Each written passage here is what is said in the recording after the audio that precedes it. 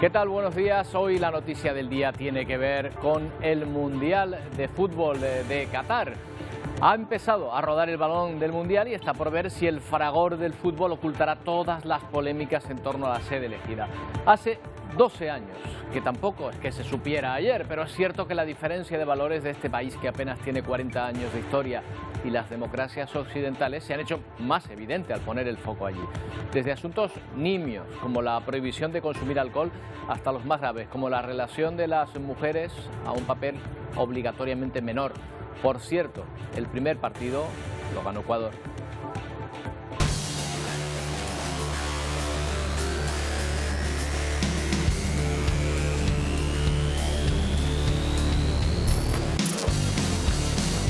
Lo normal sería que los titulares deportivos tapen los asuntos más espinosos, aunque ayer se vio que el país ni siquiera tiene especial interés por este deporte. A mitad del partido, la hinchada catarí abandonó el estadio.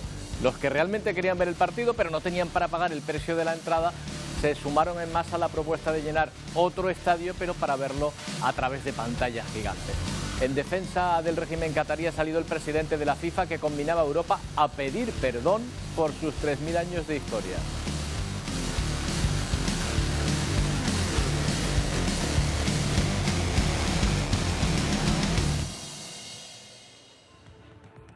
Casi nada. Bueno, y para saber realmente cómo de exitosa ha sido esta cumbre del clima que ha terminado este fin de semana, les invitamos a ver estas imágenes que muestran el cierre de la cumbre hace 3 años, con saltos de alegría, efusivos abrazos, bueno, gente llorando por la reducción de emisiones contaminantes nada menos que en un 45%. Bueno, pues comparen ahora toda esta imagen de esos cierres de las últimas ediciones de Gran Alegría con el cierre de la edición de este año. Miren, así, con esas caras largas, fríos saludos que vienen a mostrar que los objetivos iniciales han quedado muy lejos del compromiso final. De todas formas, ha habido hitos esperanzadores. En lo que nos toca más de cerca, destacan algunas propuestas de Canarias, donde se ha visto un planteamiento en el caso de que no se haga nada y sigan subiendo las temperaturas. Enseguida vamos a hablar de este asunto y veremos una marea humana que busca retornar, la que forman miles de venezolanos que salieron rumbo a Estados Unidos huyendo de la miseria de su país, pero que tienen que volver tras el cierre de las fronteras estadounidenses. El problema es que no tienen cómo, y muchas de estas familias han quedado varadas en el camino, como estas, por ejemplo, en Panamá. Ningún país les da cobijo, pero tampoco encuentran la forma de regresar a Venezuela. Un drama. Y cuando están a punto de cumplirse 3 años desde aquel oscuro brote de una extraña gripe en China, la mayoría del mundo ha vuelto a la normalidad después de la pandemia, pero China no, debido a su política de COVID-0. De hecho, han vuelto las restricciones para evitar la propagación del virus, aunque los contagios no dejan de extenderse. Las autoridades han ordenado un nuevo confinamiento que incluye además el cierre de colegios, gimnasios, restaurantes y zonas residenciales de la capital china. En el último día se han notificado casi 1000 casos solo en Pekín. Muchos expertos apuntan a que es muy difícil aislarse de un virus que circula ampliamente por todo el mundo y que se mantiene a raya gracias a las vacunas.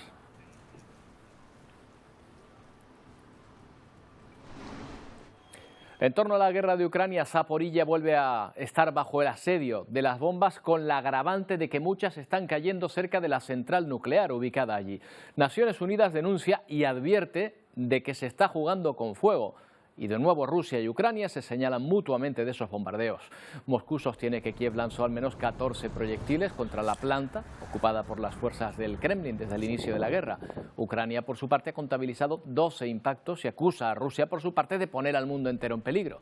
Se han registrado daños en algunos edificios, sistemas y equipos, pero ninguno de ellos supone un riesgo para la seguridad, según ha asegurado el Organismo Internacional de la Energía Atómica. Pero sí que hay un riesgo global de accidente en esa central. Recordamos que este país, Ucrania, alberga la siniestra central atómica de Chernóbil. Esto es Jersón, donde poco a poco la normalidad trata de abrirse paso. De aquella manera, por ejemplo, con este primer supermercado que ha abierto desde que Ucrania recuperara el control de la ciudad hace ahora 10 días. La población ha podido volver a llenar el carro de la compra con productos ucranianos, pagar además con su propia moneda. Durante el tiempo que Jersón estuvo bajo ocupación rusa, solo se podían adquirir artículos rusos y únicamente se admitía el rublo como moneda de cambio.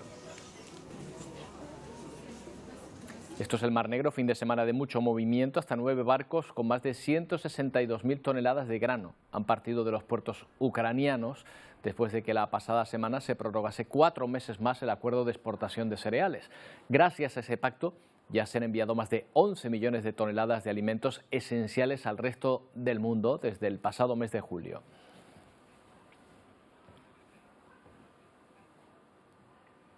Esta guerra entre Ucrania y Rusia ha marcado la sesión anual de la Asamblea Parlamentaria de la OTAN, que se celebra en Madrid, que ha congregado a casi 270 parlamentarios de los 30 países miembros y un centenar de 15 países asociados. El presidente Pedro Sánchez ha anunciado que España aportará unos 250 millones de euros para reconstruir Ucrania y que va a participar en la investigación para detectar posibles crímenes de guerra. Nuestro país ha enviado ya 270 millones de euros en material militar, sistemas de misiles antiaéreos y generadores y vehículos de distinta configuración. Hoy, de nuevo, aquí, en Madrid, sería bueno que entre todos lanzáramos un mensaje rotundo a Vladimir Putin de que deje en paz a Ucrania, que respete su integridad territorial, su soberanía nacional y su capacidad para elegir libremente sobre su futuro. Bueno, para quienes tienen hijos llega un momento en el que se le lleva al trabajo para ver dónde trabaja su padre. Claro, cuando esto lo hace el líder de Corea del Norte, el lugar de trabajo probablemente sea una base de lanzamientos de misiles. El pasado viernes Corea lanzaba un nuevo misil balístico intercontinental al mar de Japón y horas después los medios coreanos difundían las imágenes de la prueba en la que aparecía el líder, Kim Jong-un, junto a una de sus hijas. Se cree que tiene 12 o 13 años, ahí la ven, con abrigo blanco.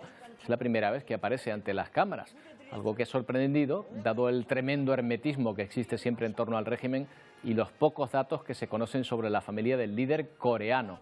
Muchos creen que con este gesto Kim Jong-un ha dado a conocer a la que podría ser su heredera, vaya, a la que le ha podido decir eso de algún día, hija, todo esto será tuyo.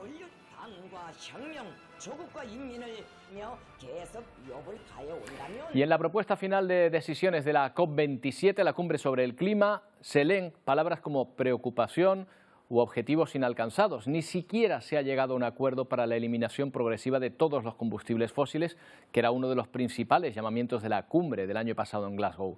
Vamos a ver cómo hace años que se ha ido perdiendo el entusiasmo en estas reuniones. L'accord de Paris pour le climat est accepté. Este es el cierre de la Cumbre de París en 2015, en el que 184 estados se comprometieron a mantener el calentamiento global muy por debajo de los 2 grados y, si era posible, limitarlo a 1,5 grados. It is so decided.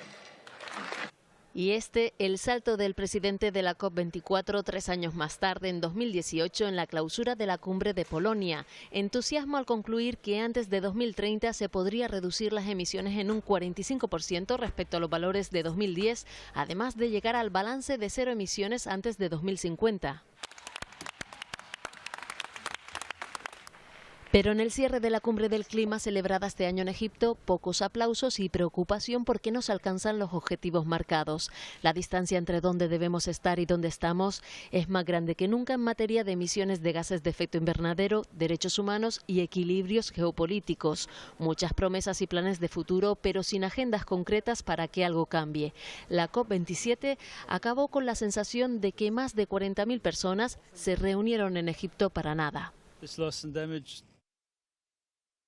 Bueno, en este lugar, al margen de que las expectativas globales se hayan cumplido o no, ha estado también representada Canarias, con un estudio en torno a la adaptación a estos cambios climáticos, cómo nos afectaría y cómo luchar contra ello. Vamos a preguntar por esas conclusiones a Juan Carlos González, es geógrafo de GrafCan. ¿Qué tal, Juan Carlos? Buenos días. ¿Qué tal? Muy bien, aquí estamos. Bueno, ¿cuál es el escenario que se plantea en Canarias con un cambio climático disparado? Es decir, que no se consiga hacer nada para frenarlo. A ver, en el escenario menos favorable para las consecuencias del cambio climático, que es el RCP 8.5, que es en el que seguiríamos emitiendo gases de efecto invernadero de manera creciente. En el estudio del Clima Costas que hemos realizado llega a varias conclusiones. ¿Vale? En ese estudio se han analizado 3 variables de amenaza, que que son las inundaciones costeras afectadas por temporales, ¿no? Los temporales que provocarían inundaciones costeras. La subida al nivel del mar como una afección de subida permanente y la erosión costera. En el escenario más desfavorable se darían diversas consecuencias. Por ejemplo, en la inundación permanente, en el año 2050, en este peor escenario, se podrían ver afectadas 500 personas. Esto es inundación permanente, eso significa que esas personas tendrían que reubicar su vivienda a otro lugar. Y en 2100, en este mismo escenario más desfavorable, se verían afectadas hasta 5.000 personas. En inundaciones episódicas, las de temporales, en 2050 se podría haber afectado un 1% de la población y en 2100 un 2%. Después en erosión, por ejemplo, en 2050 afectaría a unas 147 playas, reduciendo su superficie un 10%, y en 2100 se verían afectadas 153 playas y se vería reducida su superficie en un 45% de media. Si quieres te doy algunos datos concretos de algunas playas. Me viene bien para hacernos una idea, por ejemplo, de cuáles son los principales peligros y amenazas. Y mire, para una región que vive del turismo, quizá para otras sea el mal menor, pero que desaparezca una playa hasta en un 45% puede suponer un riesgo grave para nuestra economía, ¿no? Totalmente, es una de las consecuencias, porque también hacemos una valoración económica de estos dos daños y el principal factor es la pérdida de playas, porque se hace una valoración económica de la superficie de playa y la mayor cuantía de pérdidas es la superficie de playa. Las Teresitas, por ejemplo, en 2100 perdería un 66% y las canteras un 86% de su superficie. Bueno. O sea, el 45% es la media. Claro, o sea, desaparecerían las Teresitas y las canteras por comprar dos playas emblemáticas de las islas. Juan Carlos, sí. y se plantea, al margen de la acción global, es decir, al margen de lo que el mundo en general pueda hacer por reducir esta situación, ¿se plantea algo que podamos hacer en Canarias para revertir de alguna manera esta acción del clima? A ver, los objetivos de mitigación deben ser globales. Obviamente en Canarias también deberíamos reducir las emisiones, intentar llegar a unas emisiones cero. Pero es verdad que si nosotros actuamos y conseguimos emisiones cero y el resto del planeta no, lo único que nos queda sería hacer políticas de adaptación para tratar de minimizar los riesgos. O sea, por ejemplo, trasladar población en vez de hacia la costa, hacia el interior, por ejemplo. Sí, o reubicar usos, obviamente, es una de las cosas que se podrían hacer, o diques en algunos lugares. Siempre que haya opción por ejemplo, para ecosistemas, las afecciones a ecosistemas naturales, cuando la costa no tiene detrás un núcleo poblacional, pues la dinámica se adapta y sube en altitud. Claro. Pero cuando tienes un núcleo poblacional que está acotándote por el interior, eso no puede suceder. Entonces, depende de cada lugar, tendría su actuación muy concreta. Juan Carlos, una cuestión que le planteo más bien como observador. ¿Usted tiene también la percepción de que en esta cumbre al final se ha terminado con una sombra mucho más pesimista que en otras anteriores? Sí, obviamente esa es la conclusión principal a la que se llega. Obviamente vamos más lento de lo que debería ser en cuestiones de mitigación. Por eso ya se empieza a hablar mucho más de adaptación que de mitigación, porque la mitigación vamos con mucho retraso. Bueno, pues efectivamente, vamos a ver si la próxima cumbre pues termina con un poquito más de optimismo, los datos lo permiten por lo menos. Juan Carlos, muchas gracias, buenos días. Gracias a ustedes, hasta luego. Bueno, la pasada semana cumplíamos un hito en nuestro planeta, no todos son malas noticias, alcanzábamos la población de 8.000 millones de personas. Recordamos que el bebé 8.000 millones se llama Damián, nació en República Dominicana, según el contador mundial en los últimos 7 días habría nacido otro millón más, por lo que en este momento somos algo más de 8.000, 1 millón personas aproximadamente y creciendo. La cifra plantea retos para el futuro, pero es también un claro éxito de la humanidad como especie, impensable a principios del siglo pasado, por ejemplo.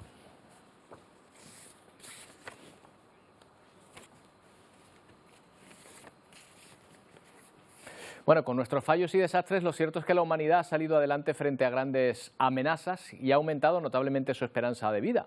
Veamos hasta qué punto. Irene Lebrusán es investigadora del Centro Internacional sobre Envejecimiento. ¿Qué tal, Irene? Buenos días. Buenos días, Roberto. ¿Cómo estás? Pues muy bien, aquí envejeciendo poco a poco y parece que con grandes expectativas o por lo menos mayores que las que había antes, porque alguien del siglo XIX, por ejemplo, llegar a la edad que tenemos hoy como estimada sería algo como imposible, ¿no? Más importante aún, no solamente era, no imposible, pero muy, muy, muy difícil llegar a estas edades, sino que sobre todo la sociedad se caracterizaba por una gran mortalidad infantil. Es decir, no es que no hubiese alguna persona que no pudiese llegar hasta edades muy elevadas, es que lo normal era no llegar ni siquiera a superar la infancia. Claro, ahora por ejemplo nos acabamos de enfrentar al COVID, pero es que antes había epidemias que diezmaban literalmente la población. No solamente la cuestión de las epidemias, que es verdad que, claro, pues no teníamos, pues ni, al final hay que pensar, ¿no?, que nos ha ayudado a superar la pandemia del COVID. Bueno, pues hemos conseguido tener la vacuna, pero también hemos conseguido tener una atención médica, ¿no?, cuestiones que no teníamos en ese momento. Pero además no solamente era la cuestión de las pandemias, sino que además había hambrunas. Al no tener atención médica, simplemente de una gripe, podíamos fallecer. También nuestro estado físico, nuestro estado de salud en general también es mucho mejor porque, y bueno, pues eso nos permite poder enfrentarnos a todas esas enfermedades tan simples aparentemente hoy y que pues a principios de siglo hacían prácticamente imposible llegar a los 60, 70 años. Claro, ¿qué hemos hecho bien? ¿Qué destacaría como hitos, digamos, de la humanidad para haber llegado a este número, a este éxito como especie? Pues hitos de la humanidad, pero aquí quizás sí que podemos ponernos orgullosos y bueno, pues los hitos que ha tenido, por ejemplo, España. Al final somos el segundo país, por ejemplo, en la esperanza de vida de las mujeres, somos el segundo país del mundo con la esperanza de vida más elevada. Yo lo atribuiría sobre todo a la conformación del estado de bienestar, con todo lo que significa. En un primer momento es verdad que mejoran otro tipo de cuestiones, simplemente la alimentación. Pero después todos los grandes avances que tenemos gracias pues a la sanidad, gracias a esa red de seguridad que tenemos, ¿no?, ante cualquier eventualidad, es lo que ha conseguido que podamos llegar ahora a edades tan avanzadas. Pero también hay otras cuestiones, como por ejemplo, que no se suelen tener en cuenta, cuestiones sobre las que no reflexionamos, como tener alcantarillado, por ejemplo. No, el saneamiento, claro. Exactamente, saneamiento, la calidad de nuestras viviendas, que es un tema que bueno, a mí particularmente me preocupa mucho y que todavía tenemos mucho que avanzar, pero bueno, pues el movimiento higienista, el efecto que tuvo sobre las viviendas y demás, Claro. sin duda es un gran hito. Después lo hemos podido mantener gracias al estado de bienestar, que ya digo, siempre podemos ser muy críticos, Sí. hay mucho que mejorar, pero sin duda, estado de bienestar, sobre todo sanidad pública, importantísimo. Porque no solamente hablamos de longevidad, es decir, no solamente hablamos de llegar a edades muy avanzadas, sino, insisto, en ese descenso de mortalidad a edades más tempranas, que es lo que ha sido clave en que podamos aumentar la esperanza de vida en nuestro país. Claro, la tendencia seguirá aumentando la esperanza de vida. ¿Y hasta dónde podríamos llegar? Pues lo esperable es que sí. Es decir, lo esperable y lo que dicen los pronósticos y las proyecciones de población y demográficas es que sí, que vamos a seguir aumentando esta esperanza de vida. Algo que resulta clave aquí es que consigamos disminuir la desigualdad en esperanza de vida. Y me explico. Tengo hoy la suerte de estar hablando con vosotros, con la Televisión Canaria, la diferencia que hay en esperanza de vida entre Canarias, por ejemplo, y Madrid, que es donde yo estoy, en esperanza de vida es de 3 años. Ese tipo de desigualdades en esperanza de vida sería uno de los hitos que tenemos que conseguir alcanzar. Con respecto a si vamos a seguir aumentando esta esperanza de vida, lo esperable es que sí. Hay autores que dicen, y de hecho las proyecciones dicen, que la población que va a superar los 100 años va a aumentar considerablemente en nuestro país y bueno, parece ser que esto es una tendencia Claro, mundial. lo que pasa es que esto tiene sus retos también, porque claro, antes uno se jubilaba a los 65 años y bueno, poco menos, que se ponía las zapatillas y bueno, pues tenía un periodo, pero ahora está establecido que no, o sea, la jubilación llega con un periodo después de vida posterior más grande. Hombre, tiene su parte buena, los nietos tienen a sus abuelos también más tiempo. Bueno, es verdad, mira, aquí lo podríamos resumir como menos nietos tienen más abuelos durante más tiempo. Exacto. Ah, bueno, claro, porque nacen menos, es verdad, es verdad. Exactamente, eso resume muy bien nuestra situación. Pero fíjate, yo creo que aquí el cambio es que hasta ahora hemos definido la vejez con base en esta esperanza de vida, ¿no? Que era más corta. A medida que aumenta nuestra esperanza de vida, además, no solamente aumenta la esperanza de vida, sino que aumenta la esperanza de vida en salud, que es todavía mucho más clave. No es que vivamos muchos más años, es que además vivimos en buenas condiciones.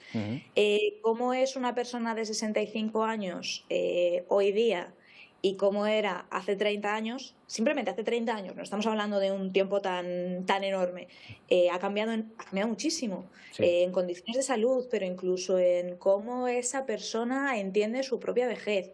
Tenemos una vejez mucho más activa, mucho más participativa, que tiene mucho que aportar, más allá de la abuelidad y de cuidar a los nietos y de estas cuestiones familiares, que ahí están y son importantes. Creo, y lo que yo he visto en mi investigación, es que las personas mayores tienen mucho que aportar. En ese sentido, lo que vivimos es también pues un cambio, una redefinición de lo que serían las etapas del ciclo vital. Desde luego que sí. En todo caso, es una buena noticia que plantea retos importantes, desde luego, y adaptaciones importantes, pero es una buena noticia que queríamos celebrar esta mañana. Muchas gracias, Irene, por habernos atendido. Buenos días. Muchas gracias, Roberto. Que tengas buen día. Bueno, pues ahora hablamos también del Mundial de Qatar, que ya está en marcha. Ecuador se impuso a la anfitriona, Qatar, por 0-2 en el partido inaugural, pero casi que esto es lo de menos, aunque eso sí, en Ecuador eso fue una explosión de euforia en las calles, en los bares, la alegría se convirtió en un concierto de cánticos y proclamas a favor de la selección. Es la imagen que más asociamos a un Mundial de fútbol, el reparto de emociones entre los aficionados. Pero el Mundial de este año va mucho más allá del deporte y sigue generando polémica por las leyes del país anfitrión y porque nadie ha dejado de participar en ellas. Poder y riqueza en una ceremonia llena de contradicciones. Morgan Freeman fue el encargado de abrir el Mundial de Qatar con un mensaje de inclusión en un país criticado por su historial de derechos humanos. Welcome and good luck to all. Guiño también del emir a la diversidad en un estadio sin apenas mujeres en las gradas. Tampoco líderes occidentales, tal vez molestos por las palabras de Infantini, presidente de la FIFA. We defend human rights. Quien en un intento por lavar la imagen de Qatar acaba criticando la hipocresía de Occidente. Contradictorio también es el tema del alcohol, totalmente prohibido en el interior de los estadios. Imagen que de nuevo contrasta con esta otra. Largas colas en la fan zone, donde la cerveza pasa de mano en mano sin restricciones. In Mexico, one beer costs about $2 and here in Qatar around 13. Rarezas que no dejan de producirse en un país de contrastes, donde los aficionados cataríes abandonan la grada sin concluir el partido, mientras los trabajadores deben de conformarse con disfrutar del encuentro por la televisión. Eso sí, en un estadio anexo al que construyeron con sus propias manos. Bueno, las polémicas en torno al Mundial siguen desatando protestas en todo el mundo. El estadio de Herne, en Alemania, se ha llenado de velas por los fallecidos en la construcción de las infraestructuras en Qatar. 20.000 velas y 6.500 balones rellenos de arena han recordado a las víctimas. En Francia, un grupo de activistas ha mostrado su rechazo de esta manera, sacando tarjeta roja a la FIFA por adjudicarle el evento a Qatar y no respetar, dicen, los derechos humanos.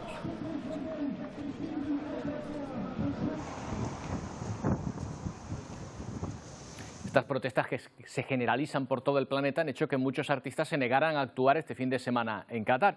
Jugadores van a ir todos, pero a los artistas que van pues se les echa en cara. No fue el caso del colombiano Maluma, que acudió, pero un periodista israelí le preguntó por qué no se negó. El colombiano acabó abandonando el plató llamando al periodista maleducado. I have to answer that question. Okay. No, but I'm just asking that people are gonna ask. You don't do that. What the problem? I mean, you're rude. I'm rude? Yeah. Why I'm rude, Maluma? Yeah. I don't think. I think that this is what people say. This is what people think. Bueno, la entrevista y la pregunta puede ser incómoda, pero mala educación no ha habido en su planteamiento. Vamos a hablar con alguien que conoce bien este mundo del deporte y de los mundiales. Agustín Martín, es redactor del diario AS. ¿Qué tal, Agustín? Buenos días. Hola, ¿qué tal? Buenos días. Bueno, no vamos a hablar del partido de Ecuador y de Qatar, que sería lo adecuado, porque hay muchas polémicas alrededor, Agustín, que se están planteando. A mí lo que me llama la atención es que se planteen ahora, hace 12 años que se eligió la sede. Sí, hace 12 años que se eligió la sede, han intentado, digamos, camuflar toda la problemática que existía, pero todo eso lo que ha hecho es un caldo de cultivo que ha acabado por explotar justo en 48 horas. Hay que recordar que el propio Infantino dijo el pasado sábado que se sentía árabe, se sentía gay, y resulta que hoy, 48 horas después, las 8 selecciones que iban a utilizar el brazalete, su capitán, en apoyo al colectivo LGTBI, han sacado un comunicado diciendo que no lo van a utilizar porque la FIFA les ha comunicado que nada más poner el balón en juego iban a ser amonestados los capitanes, con lo cual aquí estamos viendo la presión que está metiendo la FIFA por detrás.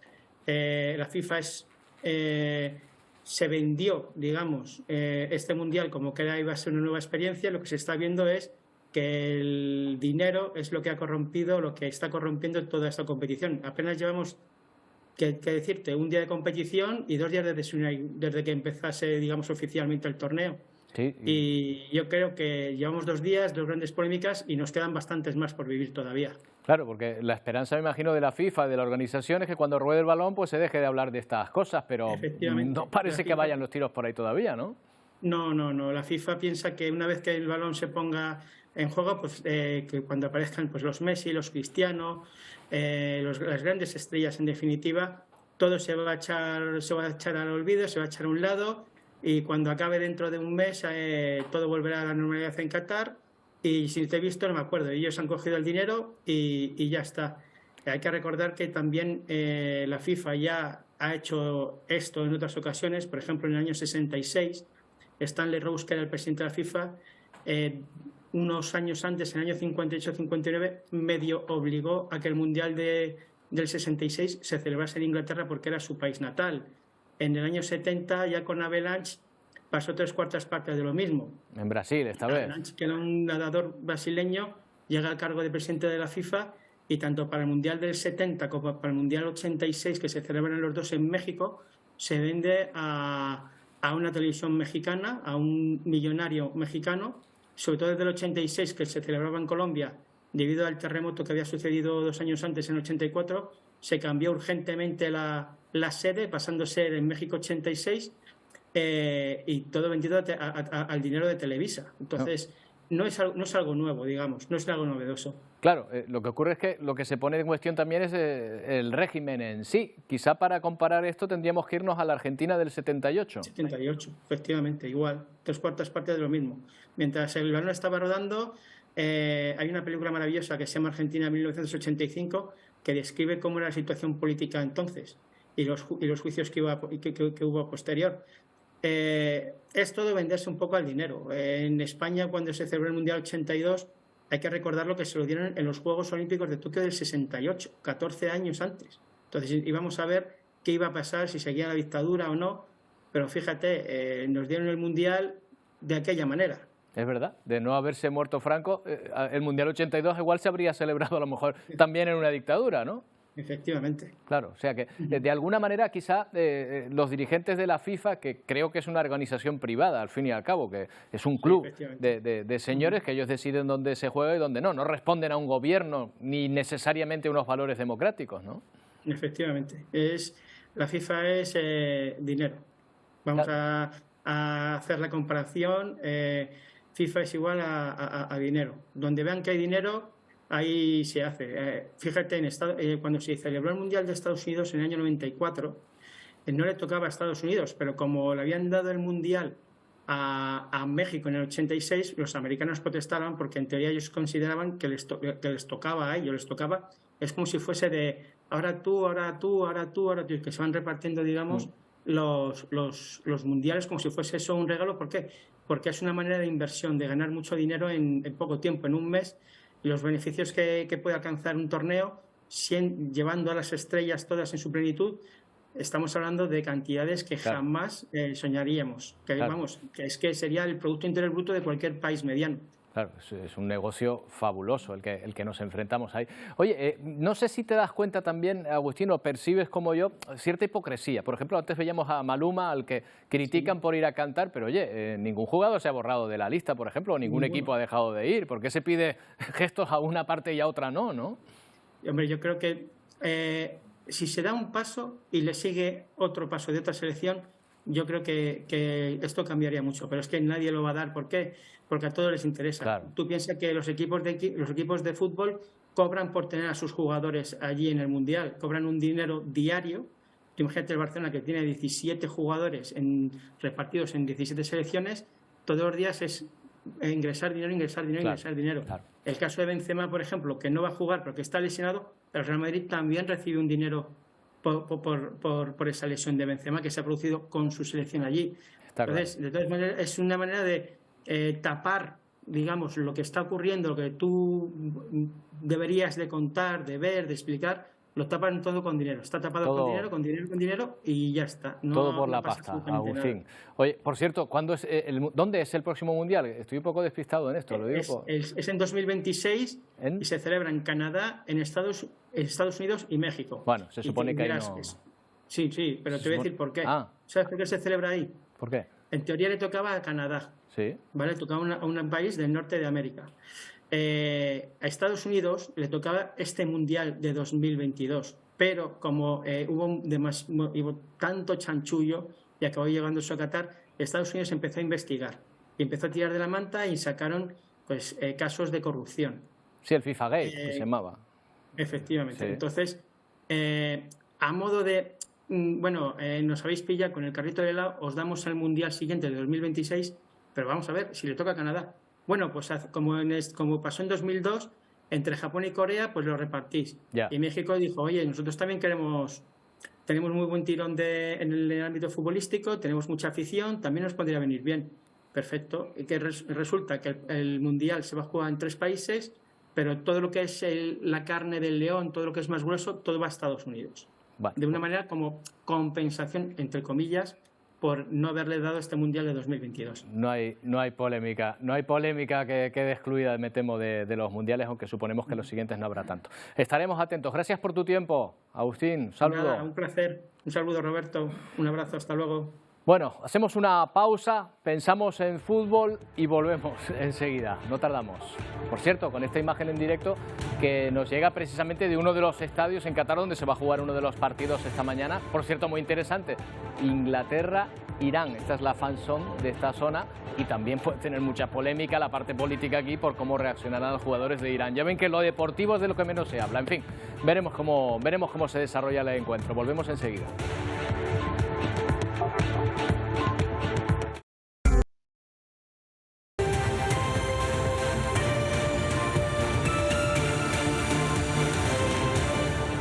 ...11:42 de la mañana son las imágenes del pánico que ha desatado un terremoto en Indonesia que ha afectado a la capital Yakarta, entre otras poblaciones. Miles de personas han tenido que abandonar los edificios para ponerse a salvo. A esta hora se sabe que el número de fallecidos asciende a 55 personas. Al menos 300 están heridas, pero se teme que este número se vaya actualizando y que sean más. Fuentes locales informan de que hay tantos afectados que ya no hay espacio en los hospitales. El epicentro se ha producido a unos 75 kilómetros de la capital.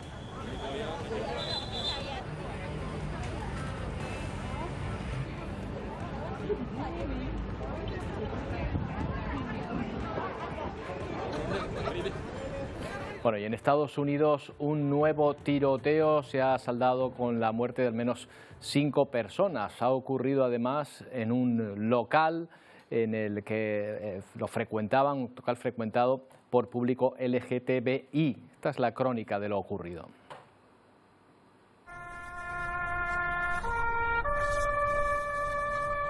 Emotivo homenaje junto al club nocturno donde se produjo el tiroteo. Los presentes estaban bailando en torno a las 4 de la mañana cuando escucharon los primeros disparos. El sospechoso, un hombre de 22 años, fue detenido en cuestión de minutos gracias a la rápida intervención de las fuerzas del orden y la valentía de algunos clientes.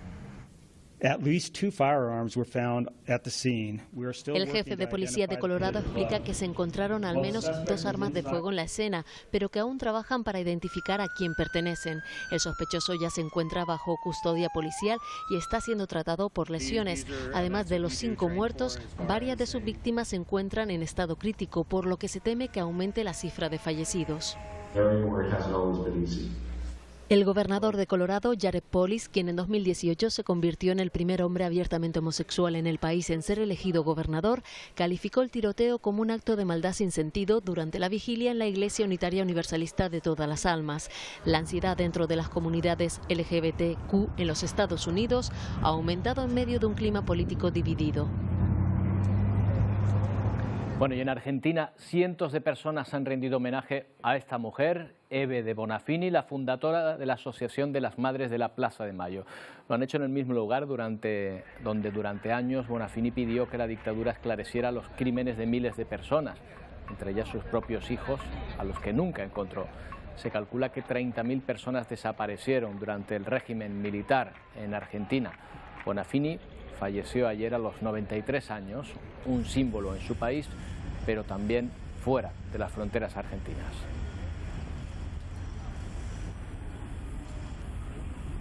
Secuestraron a sus hijos, que hizo que esa mujer que estaba en su casa saliera literalmente al mundo a reclamar, a denunciar y a no parar un minuto y no dejar un solo segundo de su vida que no fuera destinado a la lucha. Eve fue con la que aprendí a rebelarme más formalmente en la época de los militares y entonces creo que morir nos morimos todos y lo bueno es lo que recordamos de cómo nos enseñó a vivir.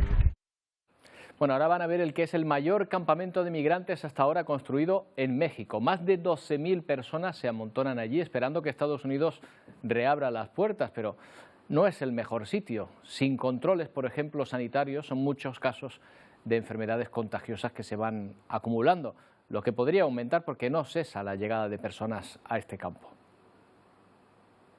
En este campamento de migrantes, el más grande que se construye en México, viven unas 12.000 personas. Lo hacen sobre un antiguo campo de fútbol y en condiciones de hacinamiento, sobre todo tras las nuevas políticas de Estados Unidos para frenar la migración irregular venezolana. No hay como piso, porque eso es un campo como de fútbol. Pusieron como unas tablas y en esas tablas duerme la gente. A veces ni siquiera tienen algo con que arroparse. Después de que los agentes lo detuvieran en la frontera, esta es la segunda vez que José María está en el campamento. Asegura que niños y ancianos son quienes corren más riesgos en cada una de las 9 carpas. Mucha gente enferma y obviamente si hay un enfermo, eso se va contagiando, se va propagando. Sin apenas recursos, todos quieren estar aquí porque además dicen esperar a que la nueva elección que hubo nos colabore y nos permita por lo menos a los que estamos votados poder ingresar. De ahí la entrada masiva en estas instalaciones y de ahí la cantidad de enfermedades contagiosas a las que se enfrentan. Hemos observado enfermedades aquí que no veíamos en otras aglomeraciones, dengue, diarreas con sangre, complicaciones del embarazo, fracturas también. Eso nos ha llevado, por ejemplo, además de prestar servicios médicos ambulatorios, hemos tenido que crear una pequeña sala de urgencias por la gran cantidad también de personas que llegan inestables. Por contra, se espera que la población de migrantes aumente, ya no solo de Venezuela, comienzan a huir también de Ecuador, Haití, Cuba o Nicaragua. Un grupo de 120 descendientes de judíos sefardíes, expulsados de la península a Venezuela, han obtenido la nacionalidad española. En este acto y con el juramento al rey y la Constitución, estos venezolanos ya son españoles, tienen la doble nacionalidad. Se les abre así la puerta a un espacio de convivencia luego de que estas antiguas comunidades fueran expulsadas de España. Estamos hablando de la época de los Reyes Católicos. Con estos 120 ya son más de 8.000 los venezolanos descendientes de sefardíes que han obtenido la nacionalidad. Un regalo que nos da el pueblo español, del cual nunca podremos tener suficientes palabras para agradecerlo. Volver a Venezuela no es una opción, sin embargo, para miles de migrantes que precisamente ahora intentan huir del país. Panamá se ha convertido en el puente de ese retorno. Algunos esperan poder tener dinero necesario para pagar un billete de avión, mientras que otros lo único que intentan, por lo pronto, es encontrar algo de comida. Wilson y Janet tienen 15 años juntos. Desde los Andes venezolanos salieron con sus hijos con miras a una mejor calidad de vida. Pero lo que han tenido es que pasar un periplo de momentos difíciles. No solo en la selva del Darién, sino también en algunos países de Centroamérica, por lo que regresaron a Panamá. Toda esta situación prácticamente me ha afectado mucho y más con mis hijos, de ver que no tengo una comida buena para darle a ellos.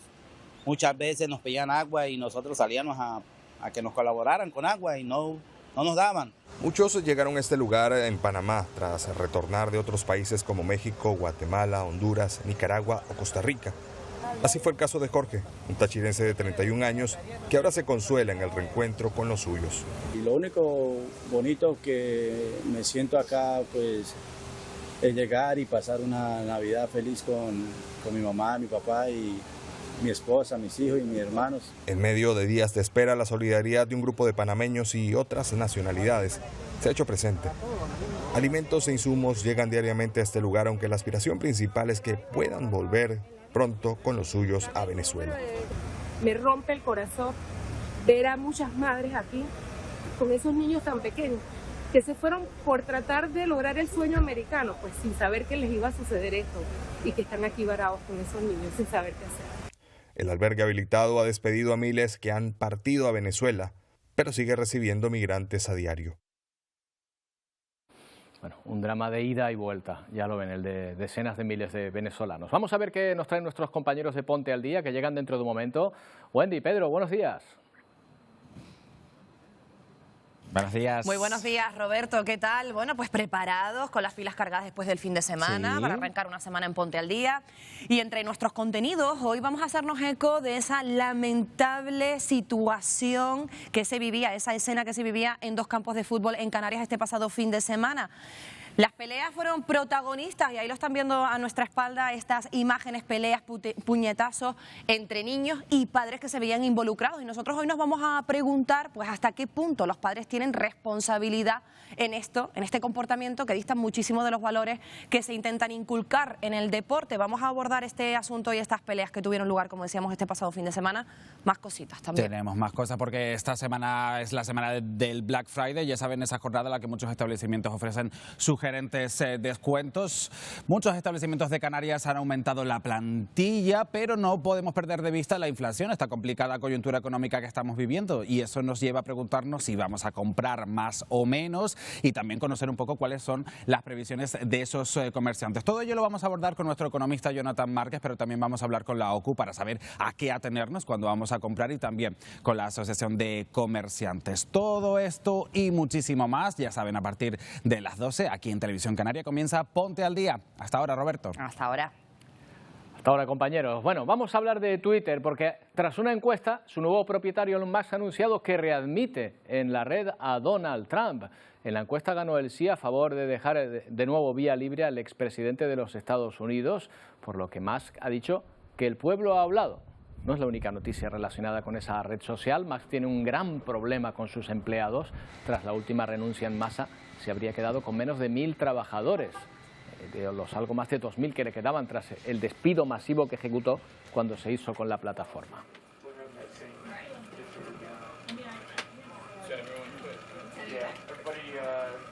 Claro, la cuestión es si estamos ante un ejercicio de torpeza por parte de este gran empresario o de algún tipo de estrategia empresarial o comunicativa.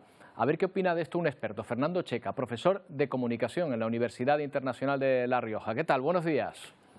Hola, buenos días, Roberto. ¿Qué tal? Encantado. Bueno, ¿qué objetivo? Encantado de tenerte aquí, Fernando. ¿Qué objetivo puede tener Elon Musk con estas acciones que está teniendo? ¿O es lo que se está encontrando y él solo está, como decía aquel, improvisando?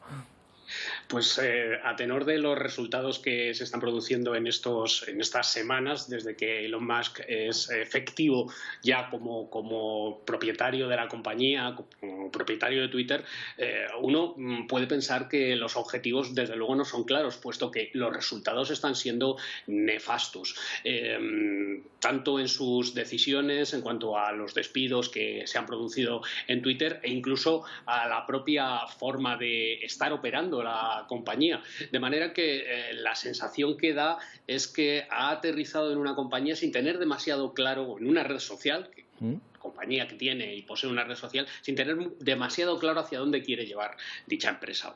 Claro, muchos dicen, me voy a borrar de Twitter, o si entra Trump me voy. La cuestión, Fernando, es ¿a dónde? ¿Hay alternativa a Twitter?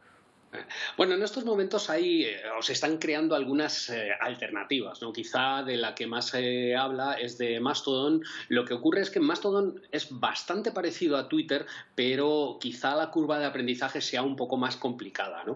Y bueno, ya es ese momento en el que parece que muchos usuarios están empezando a plantearse, bueno, pues hacia dónde ir. Como te digo, Mastodon es una de ellas, pero bueno, creo que estamos ahí en un impasse, ¿no? Para ver qué es lo que ocurre realmente con Twitter. Y hay algo que yo no acabo de descartar, y es que después de toda la marcha de tantos empleados puedan surgir dentro de unos meses alguna alternativa que se parezca realmente a lo que tenemos o teníamos hasta hace muy poco tiempo. Claro, a mí me llama la atención cómo el efecto y resultado de lo que quiere conseguir más se va descuadrando. Quería lograr mayor credibilidad para la red, y denuncia que hay muchos, digamos, usuarios falsos, bots que se envían. Quería lograr rentabilidad, y cuando va a monetizar o a pedir a la cuenta, lo que hace es que mucha gente se va, y se van también los publicistas. O sea, está pasando justo lo contrario de lo que pretendía. Sobre todo porque a la hora de plantear los problemas que tiene Twitter y que siempre ha tenido en cuanto a determinados mensajes de odio y a cuentas automatizadas, el planteamiento para solucionarlo no ha quedado claro en ningún momento. Es decir, es una realidad, existen cuentas automáticas, en Twitter se ha generado tradicionalmente, o al menos en los últimos años, un mensaje demasiado agresivo, pero en ningún momento Elon Musk planteó cómo iba a solucionarlo. Eso por un lado. Luego, respecto al intento de monetización, el problema es que ha sido planteado de forma errónea desde el primer momento, ¿no? La intención de Elon Musk de verificar las cuentas a cambio. Actualmente tenemos cuentas verificadas en Twitter, pero a cambio de una cantidad económica, puede ser criticable, pero desde luego lo que sí que es un disparate es cómo se llevó adelante. De hecho, en apenas 48 horas tuvieron que frenar, puesto que lo que surgieron fueron muchas cuentas falsas, pagando esa cantidad que Twitter estaba planteando para ser verificadas. Claro, esto ha supuesto problemas muy serios de credibilidad, incluso algunos problemas a compañías que han sido suplantadas su perfil en Twitter, y ha llevado a que esa idea de monetizar lo antes posible la red esté volviéndose en contra, incluso mediante la pérdida de anunciantes, que a la postre es de lo que viven las redes sociales. Claro, por último, Fernando, la crisis de Twitter coincide también con la de Meta, ¿no? O sea, con lo que está ocurriendo en Facebook, en WhatsApp. ¿Es el fin, tal y como lo conocíamos, del predominio de las redes sociales? No sé cómo plantearlo, pero algo se está moviendo. ¿Hacia dónde? Pues es el fin, si es que no lo habíamos visto antes, de la ingenuidad de las redes sociales, claro, que yo no creo que sean precisamente ingenuas. Desde luego sí que es el punto de inflexión en el que millones de usuarios de redes sociales descubren o se dan cuenta de que no todo parece funcionar bien. Desde luego la crisis que está viviendo Meta es un poco o mucho diferente a la crisis de Twitter, porque tiene más que ver con ajustes del mercado y con un exceso de confianza en su producto metaverso que llegase antes, que evidentemente sabemos que no ha sido así, pero a la postre el sector de las empresas tecnológicas está viviendo unos ajustes durante el año 2022 realmente duros, tanto económicos como, por supuesto, de empleo. Habrá que ver qué ajustes se van a ir produciendo a lo largo del próximo año, pero desde luego el entorno que se nos presenta, el horizonte que se nos presenta, es para ellos muy preocupante. Claro, quizás, Fernando, a modo de reflexión, lo que ha cambiado es la ingenuidad del usuario, o sea, que a lo mejor le dábamos una credibilidad que no tenían a las redes sociales solo porque salía ahí. Esto me recuerda cuando decíamos, bueno, lo han dicho en la tele, luego será verdad, ¿no? Sin imponer ningún espíritu crítico, ¿no? Así es, ¿no? Es un darnos cuenta de que estamos dentro de un medio que además es controlado directamente por empresas cuyo principal objetivo es la obtención de beneficios, como no puede ser de otra forma, ¿no? Claro, bueno, si lo decimos en esta tele es que es verdad, Fernando, que conste. Muchas gracias por atendernos. Muchísimas gracias, Roberto. Un saludo, gracias. Bueno, pues así vamos a despedir el programa de hoy con una imagen que nos lleva hasta Sevilla, donde este fin de semana se ha celebrado una edición más del Salón Internacional del Caballo, en el que se pudieron ver caballos como estos, de pura raza española, pruebas hípicas y diferentes espectáculos de doma, con estos animales bellísimos, como pueden ver, y adiestradísimos. Despedimos nuestro Atlántico Noticias de hoy. Se quedan con Ponte al Día. Ya saben que nosotros volvemos mañana a partir de las 11 de la mañana. Adiós, feliz día.